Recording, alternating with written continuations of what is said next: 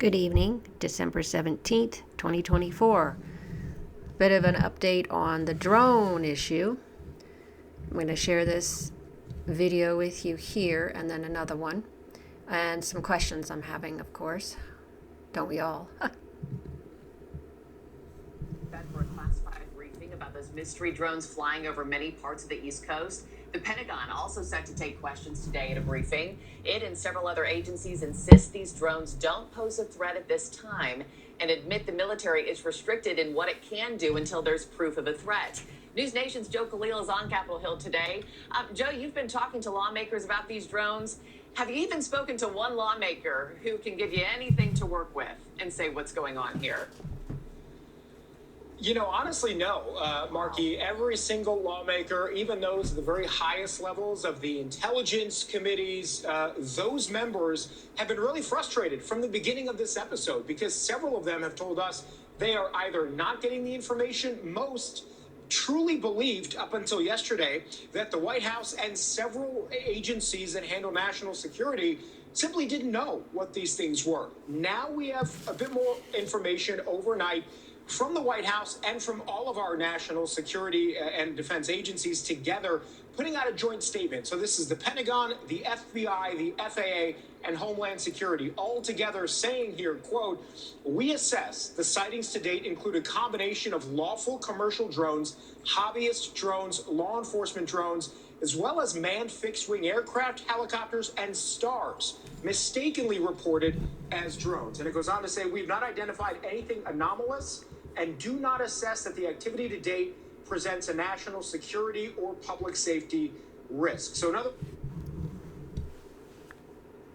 I don't know if you remember this, but when I shared the small press conference from the officials in New York or New Jersey, they were at Staten Island, and they were talking about this issue and about public safety. Even if it wasn't nefarious, the Congresswoman said, you know, these things are so huge, if they fall, they could hurt somebody. You know, if they're shot, you know, if they crash or whatever, explode, whatever it is. I also remember her saying commercial drones and drones being sent up by hobbyists were not permitted. It was against laws or whatever. The police don't allow it, apparently. According to her, they're not permitted to have their drones, the commercial ones and the hobbyist ones, up between dusk and dawn. Yet, all the ones we have seen have been at that time. Again, that doesn't really answer it for me. I don't know if it does for you, but they're saying they're just... So all of the ones that people have seen, well, I guess they can't be what they just said. Commercial or hobbyists. Yeah, I didn't expect them to be stars. I didn't see anything that looked like that, but maybe some people thought that. So I guess every single one of them was considered helicopters or planes. Because if you take out the commercial and hobbyist drones, that's what you're left with. And then there's the law enforcement drones that can go up at night, I assume. Why are they mentioning, oh, those are just, they you know, some of them are just commercial and hobbyists, when they're not allowed to be up in the night sky, is what the Congresswoman said. You know, they aren't supposed to be up there. So something doesn't add up for me on that, but it doesn't make sense to me. But it just must be me, you know. I want to go to this video of the Pentagon. The press secretary is taking questions on this issue.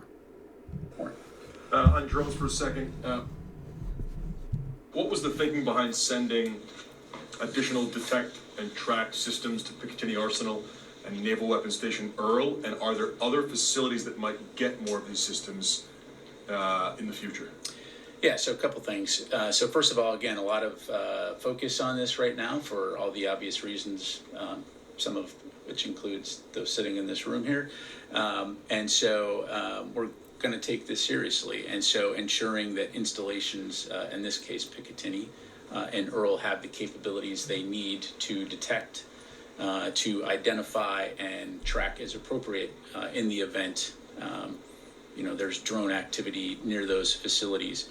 To your other question, this is exactly what the counter unmanned systems strategy that DoD put out recently talks about, is looking at what are those priority installations, what are the trends when it comes to unmanned systems or unmanned aerial systems as well, and what does the DoD need to be doing in order to address that issue, particularly when it poses a potential threat to our personnel or installations. The thing is that I think we've all recognized the fact that unmanned systems are here to stay. They're a part of modern warfare, and whether it's here in the homeland or overseas, we want to make sure that we're doing due diligence to protect our forces and protect our equities from a national security. My first question, sorry, my cat's purring.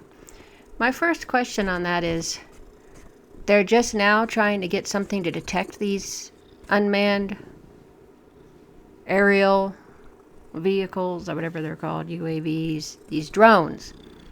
Considering our military has their own drones, wouldn't they already have some kind of detection for this, for the DoD and our military? They're now just getting that? Did I not understand that correctly? I find that very odd. They should already have detections for unknown drones. This is just weird to me, but maybe I'm misunderstanding what this person is saying. If you have any thoughts, or you can share your thoughts and clarify that with me, I would appreciate it. You can put it underneath this video. Anyway, those are my thoughts on this. Let me know what you think. If you like my content, please follow my channel. Like my videos if you think they're worth liking. Until next time.